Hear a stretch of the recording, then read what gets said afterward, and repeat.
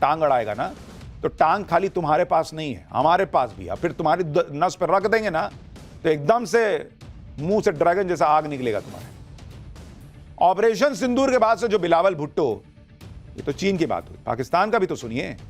ये बिलावल भुट्टो जिसको हम लोग पाकिस्तान का पप्पू कहते हैं, वो भारत को धमकी पे धमकी दे रहा था, अब भारत को ऑफर दे रहा है और पाकिस्तान में उस ऑफर को सुनकर बवाल मच गया। पाकिस्तान के आतंकवादी बिलबिला रहे हैं। बिलावल भुट्टो ने एक इंटरव्यू में भारत को खुला ऑफर दे दिया कि भारत चाहे तो पाकिस्तान हाफिज सईद और मसूद अजहर को सौंपने के लिए तैयार है। बिलावल भुट्टो ने कहा कि पाकिस्तान सरकार भारत के साथ बातचीत के तहत आतंकवाद के मुद्दे पर बात करने के लिए तैयार है। अगर भारत और पाकिस्तान के बीच बातचीत होती है तो पाकिस्तान को किसी भी आतंकवादी को सौंपने में परेशानी नहीं होगी। अगर भारत सबूत और गवाह पेश कर दे तो पाकिस्तान हाफिज सईद और मसूद अजहर को भारत को सौंपने के बारे में सोच सकता है। बिलावल भुट्टो ने कह दिया कि अगर भारत बता दे कि जैश सरगना मसूद अजहर कहां है तो हमें उसे सौंपने में भी कोई दिक्कत नहीं। अब आप सोचिए, कह रहा है कि मसूद अजहर कहां, हम बताएं।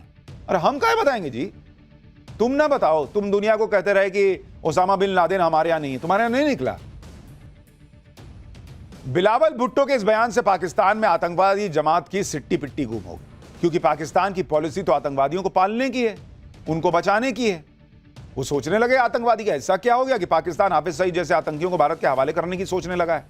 यही सोच सोचकर आतंकी हाफिज सईद का बेटा तलहा सईद, उसका दिमाग फटा जा रहा है। अरे बाप रे, मेरे अब्बू गए इंडिया तो फिर तो गए, खत्म मामला।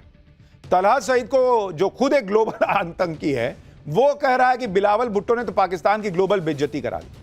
अरे पहले ये तो चेक करो कि पाकिस्तान के पास इज्जत है किस कब्र में दबी हुई, इतनी सी भी चुन्नू सी, जिसको कोई खत्म कर सकता है। लेकिन हाफिज सईद का लड़का एकदम नाराज, वीडियो जारी करके कह रहा है कि हमारी बेइज्जती करा दिया बिलावल भुट्टो। मेरी तो एक इच्छा ये जानने की है कि ये जब वीडियो जारी कर रहा था ये हाफिज सईद का लड़का, इसने पीछे इतनी किताबें रखी थी, उसमें पढ़ता क्या है? लक्षण तो पढ़े लिखे जैसे है नहीं इसके। उसमें क्या बम बनाने के नुस्खे सिखाए गए हैं क्या, या आतंकी कैसे बनाना ये सिखाने की किताबें रखा हुआ है? ये वही आतंकी तलहा सईद है जो अभी कुछ दिन पहले कह रहा था कि पाकिस्तानी हुकूमत तो हाफिज सईद को भारत के हवाले करने की सोच नहीं सकती। तलहा सईद का ये कॉन्फिडेंस कहां से आ रहा था, अब ये भी समझिए। पाकिस्तान ने लश्कर तैयबा और जैश ए मोहम्मद दोनों को बैन कर रखा है, लेकिन दोनों ही आतंकी संगठनों के आतंकवादी पाकिस्तान में खुले में घूमते हैं। पाकिस्तान कहता है कि उसके यहां पे कोई आतंकी ठिकाना ही नहीं है, लेकिन भारत ने ऑपरेशन सिंदूर में लश्कर और जैश के आतंकी ठिकानों पर पिन पॉइंटेड अटैक करके उनकी लोकेशन पूरी दुनिया को बता दी कि देखो यहीं पे था।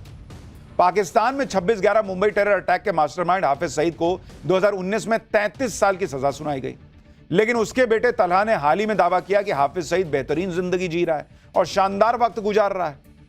और पाकिस्तान तो ओसामा बिन लादेन के लिए भी कहता था कि हमको तो पता ही नहीं था कि ओसामा बिन लादेन यहां है। जब इस तरह से पाकिस्तान हाफिज सईद, मसूद अजहर जैसे आतंकियों को पाल के बैठे आए, तो फिर अचानक पाकिस्तान कहने लगे कि हाफिज और मसूद को भारत को सौंप देगा। इससे तो पाकिस्तान के आतंकियों में खलबली मचेगी। पाकिस्तान में खलबली ही नहीं मची, वहां तूफान आ गया।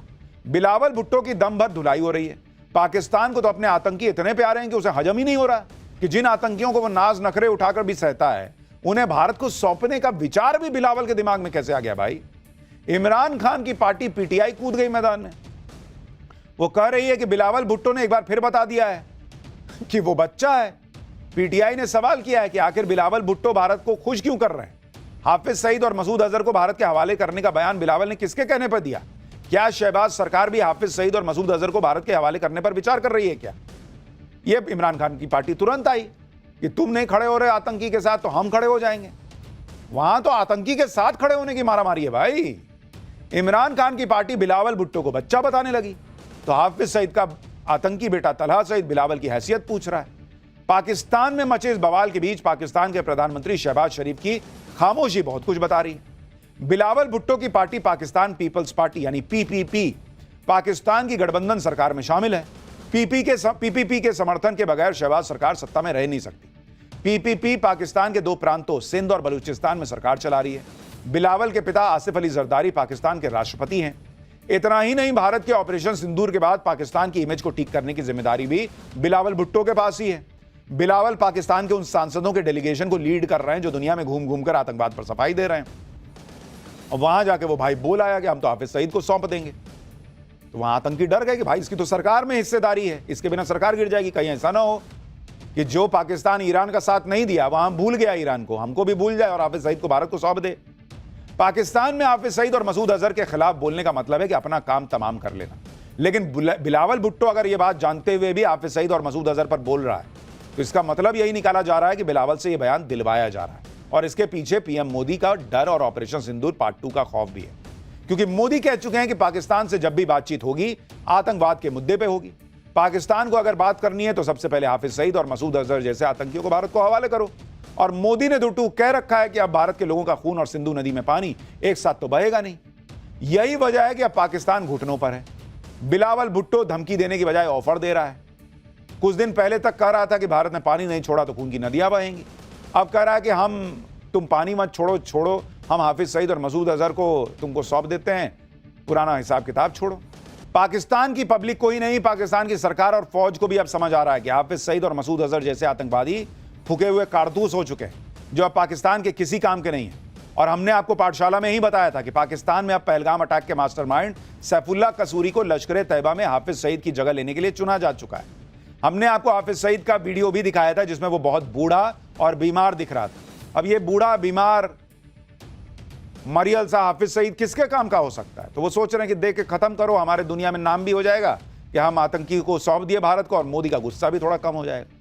अब बिलावल भुट्टो के बयान का एक मतलब यह भी निकाला जा रहा है कि लाइबिलिटी बन चुके हाफिज सईद से पीछा छुड़ाने के लिए पाकिस्तान उसे भारत को सौंप सकता है। बिलावल भुट्टो के मुताबिक पाकिस्तान हाफिज सईद के साथ संसद हमले के मास्टरमाइंड मसूद अजहर को भी सौंपने के लिए तैयार है। लेकिन यहां एक ट्विस्ट है। बिलावल का दावा है कि हाफिज सईद तो जेल में है, लेकिन मसूद अजहर कहां है उनको नहीं पता है। यानी ऑपरेशन सिंदूर में अपने 14 परिवार वालों और रिश्तेदारों की मौत पर आंसू बहाने वाला मसूद अजहर अब अकेला पड़ गया। या हो सकता है कि मसूद अजहर को भी समझ में आ गया होगा कि अब फौज और सरकार से कोई उम्मीद रखना बेकार है। शायद इसलिए मसूद अजहर कह रहा था कि काश मैं भी मर जाता। ऐसे में मुमकिन है कि मसूद अजहर अपनी जान बचाने के लिए खुद ही पाकिस्तान से भाग गया हो, या असीम मुनीर ने खुद उससे कहा हो कि जान बचानी तो भाग जा कहीं छुप जा।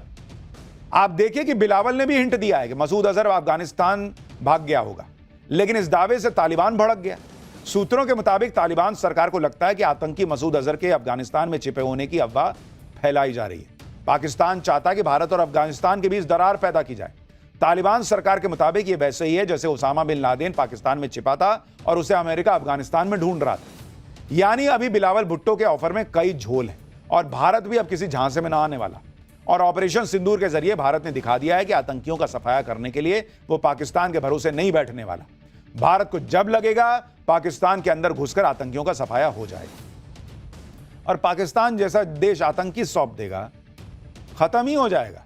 ये सब खाली नौटंकी करता है दुनिया को दिखाने के लिए कि हम थोड़ा सीरियस हैं, लेकिन भाई पैनिक में तो ये लोग आ ही जाते हैं। पाठशाला में अगला चैप्टर, मुस्लिम वोट के लिए बिछे इंडी को झटका, बागेश्वर बाबा ने भगवाए हिंद वाला चैप्टर खोल दिया है। बिहार चुनाव में तेजस्वी का Muslim vote bank versus Modi Bageshwar Baba के सनातनी महाकुंभ का मुकाबला होगा क्या? कहीं मंदिर पर पथराव, कहीं लाठी डंडे चले। मुहर्रम पर मचे घमासान के पीछे की असल कहानी क्या है, अब इसका चैप्टर खोल रहा हूं। साल का सबसे बड़ा चुनाव बिहार में होने वाला है और इस चुनाव में सबसे बड़ा टेस्ट इस बात का होगा कि हिंदू जातियों के नाम पर बटा रहेगा या हिंदू एकजुट हो पाएगा। क्योंकि एक तरफ तो इंडी गठबंधन वाले खुला खेल रहे हैं भाई, मुस्लिम वोट बैंक के पॉलिटिक्स कर रहे हैं, वक्फ कानून को डस्टबिन में डालने जैसी बातें चल रही हैं। कहीं शाहबुद्दीन जैसे गैंगस्टर और क्रिमिनल के लिए अमर रहे के नारे खुल के लग रहे हैं। इनके दो ही एजेंडे दिख रहे हैं कि पहला मुस्लिम वोट के लिए कुछ भी कर दो और दूसरा हिंदुओं को जातियों में बांटने के लिए जो बन सके वो करो। ये तो पुराना हथियार